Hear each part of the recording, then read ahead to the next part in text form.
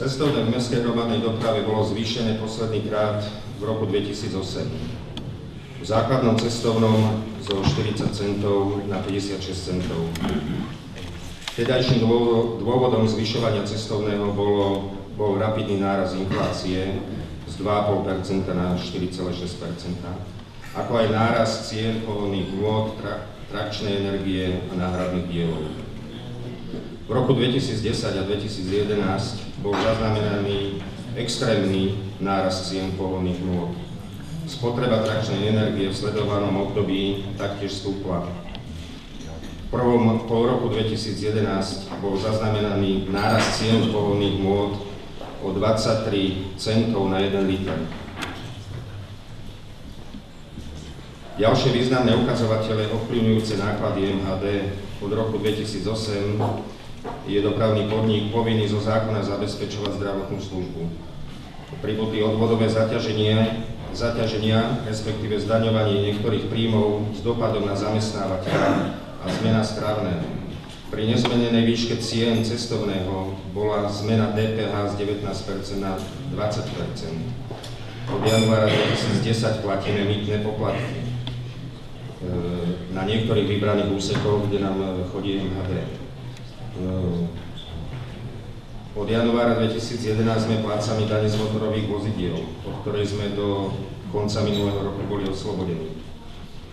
V prvom pol roku 2010 mala miera inflácie medziročnej stúpajúci charakter v rozmedzi do 1,2%,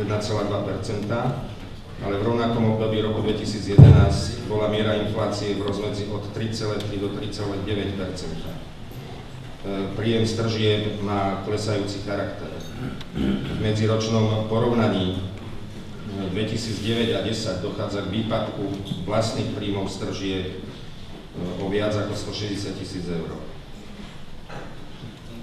Pri prepočtoch vplyvu úpravy cien sme uvažovali so zmenou štruktúry predaja predplatných cestovných lístkov, a to zrušením niektorých predplatných lístkov v druhom pásme a v prvom pásme. Navrhované zrušenie predplatných lístkov je z dôvodu, že tieto lístky boli využívané len vo veľmi obmedzenom množstve a predovšetkým z dôvodu, že pri predpokladanom zvýšení cestovného by zrušené predplatné cestovné lístky boli neúmerne drahé a zároveň by boli predražené aj lístky na neobmedzený počet ciest.